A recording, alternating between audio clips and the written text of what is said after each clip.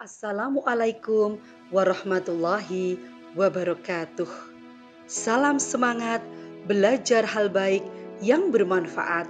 Anak-anak kelas 4, saat ini saatnya kita melanjutkan pembelajaran tematik pada tema 8, daerah tempat tinggalku, subtema 1, lingkungan tempat tinggalku, pembelajaran 3. Kita awali pembelajaran dengan membaca doa terlebih dahulu. Berdoa mulai, berdoa selesai. Ya, anak-anak, mari kita belajar dengan penuh semangat tema 8, subtema 1, pembelajaran 3. Tujuan pembelajaran pada tema 8, subtema 1, pembelajaran 3 antara lain: 1. Siswa mengetahui jenis pekerjaan penduduk berdasarkan tempat tinggal. 2. Siswa dapat menjelaskan pengaruh lingkungan terhadap jenis pekerjaan dan perbedaan jenis pekerjaan di setiap daerah. 3. Siswa dapat menjelaskan hubungan keadaan alam dengan mata pencaharian penduduk di lingkungan tempat tinggalnya. 4. Siswa dapat menjelaskan pengertian dan peranan tokoh dengan jelas. 5. Siswa dapat menjelaskan nilai pesan moral dalam cerita fiksi. 6. Siswa dapat menjelaskan karakteristik individu dalam keluarga sesuai gambar. Dan yang ketujuh, siswa dapat menjelaskan karakteristik individu di dalam keluarganya. Anak-anak, masih ingatkah kalian pada pembelajaran 1 kita mengenal keluarga Udin yang berasal dari Jawa Barat. Pada pembelajaran 2 kita juga mengenal Edo dan keluarganya yang berasal dari Papua. Nah, pada pembelajaran 3 ini kita akan mengenal satu lagi sahabat yang bernama Dayu. Dayu dan keluarganya berasal dari Bali. Saat di Bali, Dayu dan keluarganya tinggal di daerah Tabanan. Anak-anak, tahukah kalian di mana Bali? Pasti semuanya tahu ya, karena Bali sudah sangat terkenal hingga di luar negeri sebagai ikon pariwisata Indonesia. Bali memiliki potensi pariwisata seperti wisata alam, wisata seni, dan budaya. Provinsi Bali terbagi atas 8 kabupaten dan 1 daerah kota. Tempat tinggal Dayu di Tabanan itu merupakan salah satu kabupaten di Provinsi Bali. Wilayah Kabupaten Tabanan didominasi oleh pegunungan dan pantai. Selain itu, Tabanan terkenal sebagai penghasil beras dan sayuran. Mayoritas penduduknya bermata pencaharian sebagai petani. Namun, penduduk yang tinggal di pantai bermata pencaharian sebagai nelayan. Keadaan alam suatu tempat memengaruhi mata pencaharian penduduknya. Ayo kita cari tahu lebih lanjut. Lingkungan memengaruhi mata pencaharian penduduk di suatu daerah. Mata pencaharian penduduk di suatu daerah berbeda dengan daerah lain. Mata pencaharian penduduk yang tinggal di daerah pesisir pantai tentu berbeda dengan penduduk yang tinggal di daerah dataran rendah maupun yang tinggal di dataran tinggi. Nah, simak penjelasan berikut ini. Penduduk yang tinggal di daerah pantai bermata pencaharian sebagai nelayan, bisa pula sebagai petani tambak, pedagang, petani garam, atau perajin. Sedangkan penduduk yang tinggal di daerah dataran rendah bermata pencaharian sebagai buruh, petani, pedagang, dan peternak. Dan penduduk yang tinggal di daerah dataran tinggi bermata pencaharian sebagai petani, peternak, pedagang, dan pekerja perkebunan, misalnya perkebunan teh, kopi, dan cengkeh. Selain itu, penduduk yang tinggal di desa juga memiliki mata pencaharian yang berbeda dengan penduduk di kota. penduduk di desa lebih banyak bermata pencaharian sebagai petani, peternak, perajin, pedagang, buruh tani, dan perkebunan. Sedangkan penduduk yang tinggal di kota bermata pencaharian sebagai pekerja jasa. Contohnya sebagai pegawai bank, konsultan, pengacara, sopir, atau seperti Bu Evi sebagai guru. Ada pula yang menjadi karyawan, pedagang, dan buruh pabrik. Bagaimana anak-anak? Apakah kalian sudah memahami penjelasan tadi?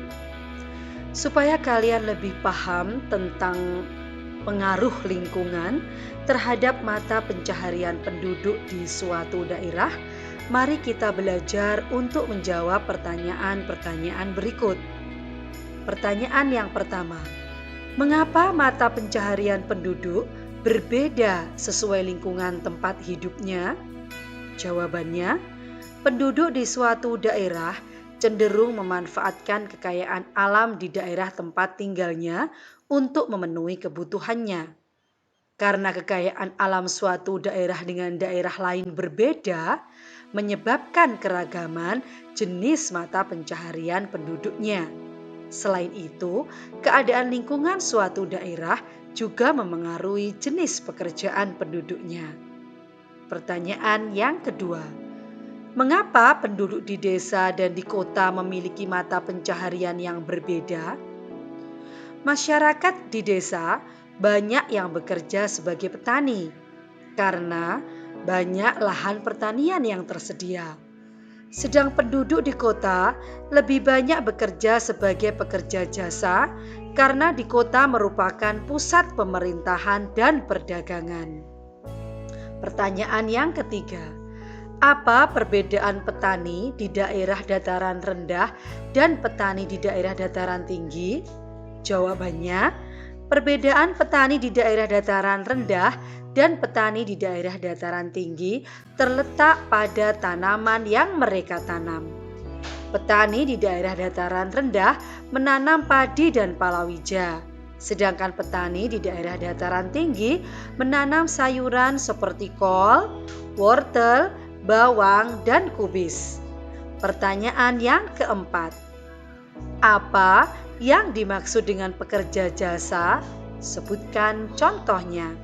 Jawabannya, pekerja jasa adalah orang-orang yang memberikan pelayanan sesuai keahlian yang dimiliki. Contoh dari pekerja jasa yaitu dokter, guru, penjahit, konsultan, dan pengacara. Oh ya anak-anak, sahabat kita yang bernama Dayu tadi saat liburan sekolah selalu berkunjung ke rumah neneknya. Rumah nenek Dayu berada di Banjar Bukit Catu, Candi Kuning, Batu Riti, Tabanan, Bali.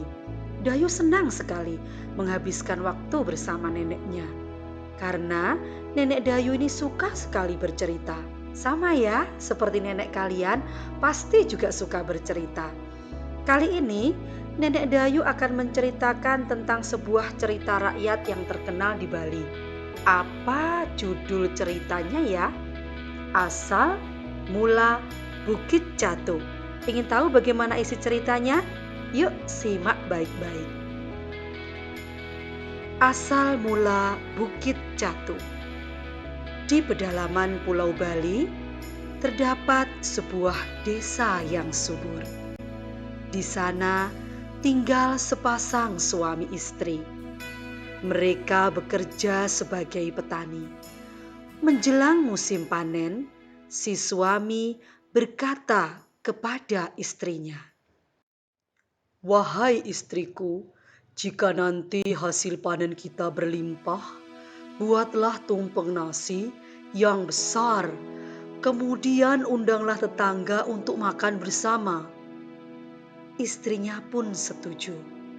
Kedua suami istri itu pun berharap panen mereka melimpah. Tak lama kemudian, harapan mereka terkabul. Si istri menyiapkan tumpeng nasi dan mengundang seluruh penduduk desa untuk makan bersama.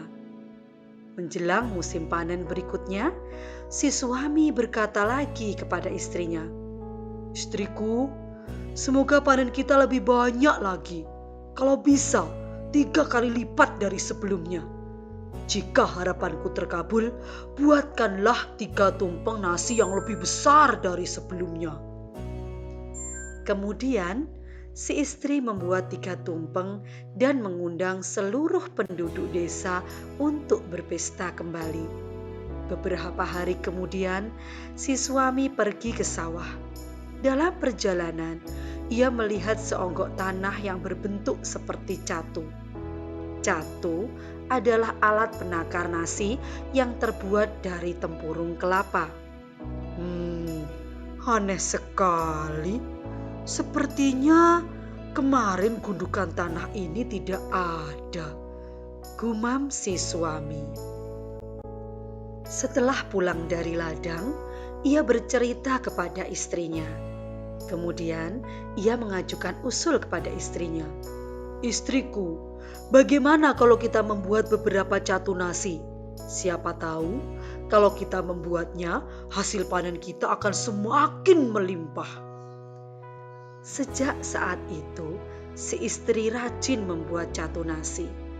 Setiap catu nasi yang dibuatnya, ia niatkan untuk menambah hasil panennya. Namun, ada keanehan yang terjadi.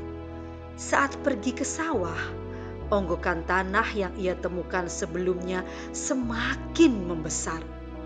Rupanya, setiap si istri membuat catu nasi, saat itu pula onggokan tanah membesar. Sepasang suami istri itu pun tak menyadarinya. Bahkan si istri membuat catu nasi yang lebih besar setiap harinya. Lama-kelamaan, onggokan tanah itu berubah menjadi sebuah bukit. Setelah si petani dan istrinya berhenti membuat catu nasi, onggokan tanah itu pun juga berhenti membesar. Sejak saat itu, onggokan tanah itu disebut dengan Bukit Catu. Dalam cerita asal mula Bukit Catu, terdapat 3 tokoh, yaitu si suami, si istri, dan penduduk desa. Apakah yang dimaksud dengan tokoh? Tokoh adalah pelaku dalam cerita. Sekali lagi, tokoh adalah pelaku dalam cerita. Adapun fungsi tokoh dalam cerita adalah sebagai salah satu unsur pembangun cerita. Tokoh juga mengemban peristiwa dalam cerita sehingga peristiwa itu mampu terjalin sebagai cerita. Dan yang ketiga, fungsi tokoh adalah sebagai pembawa pesan, amanat, moral, atau sesuatu yang ingin disampaikan oleh pengarang. Di dalam suatu cerita fiksi, pasti terdapat pesan yang ingin disampaikan pengarang kepada pembaca. Salah satu cara yang digunakan untuk menyampaikan pesan itu adalah melalui tokoh dalam cerita. Tokoh membawa pesan moral dari pengarang. Pesan tersebut dapat disampaikan melalui perbuatan, ucapan, atau pikiran tokoh. Nah, pesan yang ingin disampaikan pengarang kepada pembaca ini disebut amanat. Nah, tahukah kalian apa amanat atau pesan dalam cerita asal mula Bukit Catu tadi? Nah, perhatikan ya. Amanat dari cerita berjudul asal mula Bukit Catu adalah kita harus bersyukur atas segala sesuatu yang telah diberikan oleh Tuhan. Kita tidak boleh sombong dan memaksakan kehendak untuk mengikuti keinginan yang tidak dapat kita penuhi. Anak-anak, sekarang amatilah gambar yang terdapat pada layar. Gambar itu menunjukkan Nenek Dayu sedang bercerita dan semua anggota keluarga berkumpul mendengarkan dengan tenang. Selain itu, gambar itu juga menunjukkan adanya suatu keragaman. Apa keragaman yang terdapat pada gambar? Sebelum menjawab pertanyaan itu, perlu kita pahami pengertian keragaman. Keragaman adalah bermacam-macam atau berjenis-jenis. Pada manusia, keragaman yang dimaksud adalah perbedaan yang dimiliki oleh setiap individu. Perbedaan pada individu itu ada karena setiap manusia memiliki ciri khas tersendiri. Jadi, manusia yang satu dengan manusia yang lain pasti berbeda karena memiliki ciri khas masing-masing. Dengan demikian, arti dari keragaman karakteristik individu adalah perbedaan ciri-ciri khusus pada setiap manusia. Keragaman karakteristik individu dapat berupa keragaman fisik yang meliputi warna kulit, jenis rambut, tinggi dan rendah badan, serta berat badan. Selain keragaman fisik, juga terdapat keragaman kegemaran dan keragaman sifat. Nah, kita kembali pada gambar. Apa keragaman yang terdapat pada gambar? Ya, gambar itu menunjukkan adanya keragaman fisik yang meliputi warna kulit. Ya, mungkin warna kulit tidak terlalu berbeda ya. Yang berbeda adalah jenis rambut. Ada yang berambut lurus, ada pula yang berambut ikal atau keriting. Tinggi badan juga berbeda. Orang tua lebih tinggi daripada anak-anak. Begitu pula dengan berat badan. Di antara orang-orang yang terdapat pada gambar juga memiliki berat badan yang berbeda. Bagaimana anak-anak? Senang ya belajar hari ini? Karena hari ini kita sudah belajar banyak hal. Kita belajar tentang pengaruh lingkungan terhadap mata pencaharian penduduk. Kita juga belajar tentang pengertian dan peranan tokoh dalam cerita. Kita juga bisa menyampaikan pesan moral yang terdapat dalam cerita fiksi. Selain itu, kita juga belajar tentang keragaman karakteristik individu. Semoga anak-anak tetap semangat dan tak pernah bosan untuk belajar, karena dengan belajar semakin menambah pengetahuan dan wawasan kita. Sampai di sini dulu jumpa kita. Sampai jumpa pada video pembelajaran berikutnya. Wassalamualaikum warahmatullahi wabarakatuh.